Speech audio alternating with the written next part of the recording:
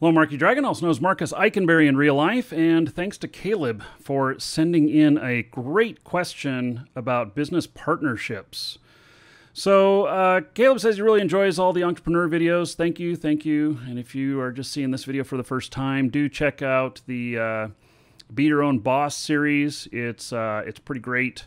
And so he wanted to ask my advice about the beginning of an e-commerce store. His plan is to jumpstart it with another idea, and so he has a lower financial barrier. Sounds like a good plan. And but he wants to have alternative plans, like does he possibly need a business partner? And so, what are the ins and outs of having a business partner? Is it good? Is it bad? Is it, why? All right, so I've talked about this type of stuff before, but basically, if you have everything all on your own, it's just you. And you're 100% in control.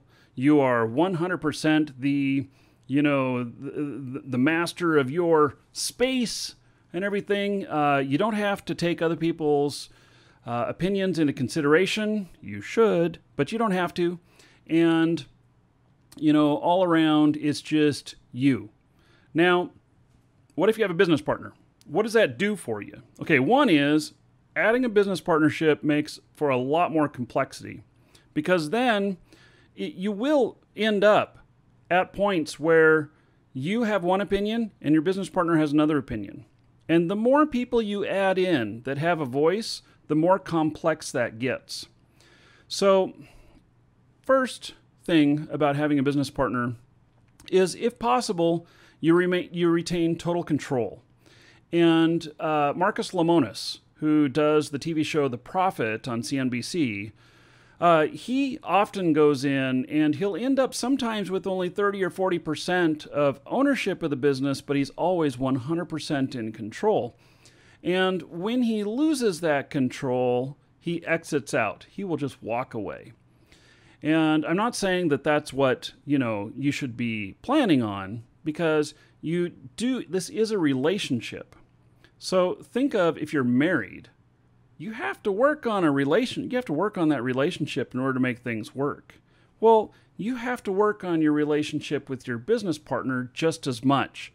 You can't just go, I'm going to do everything all the time. You have to listen. Now, that's something that I have a hard time with, because I have a clear vision of everything.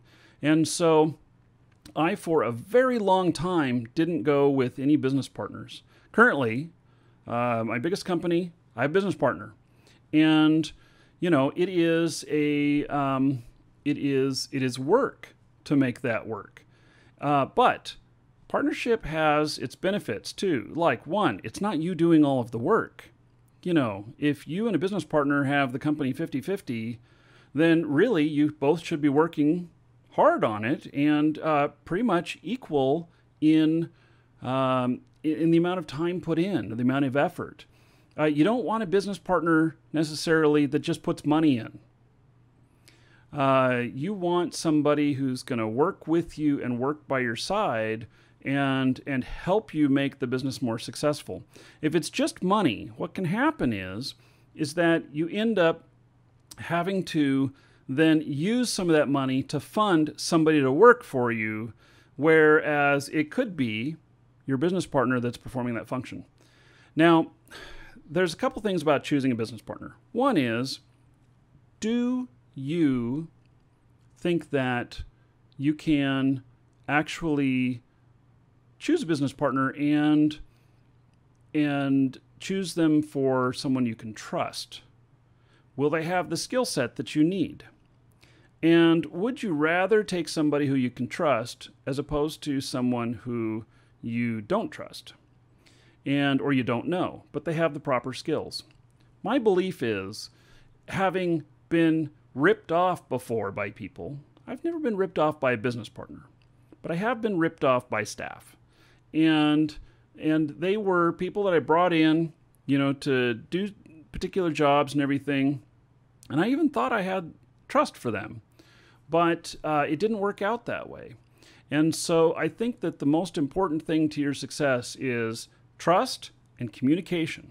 Those are the two most important things. most everything else can be figured out and learned if the person has any smarts about them. So, do you want to go with a business partner or not? Well, it's going to be up to you. And you're going to have successes and wins and failures, whether you're on your own or whether you are working with someone else. The power of two is more than the power of two.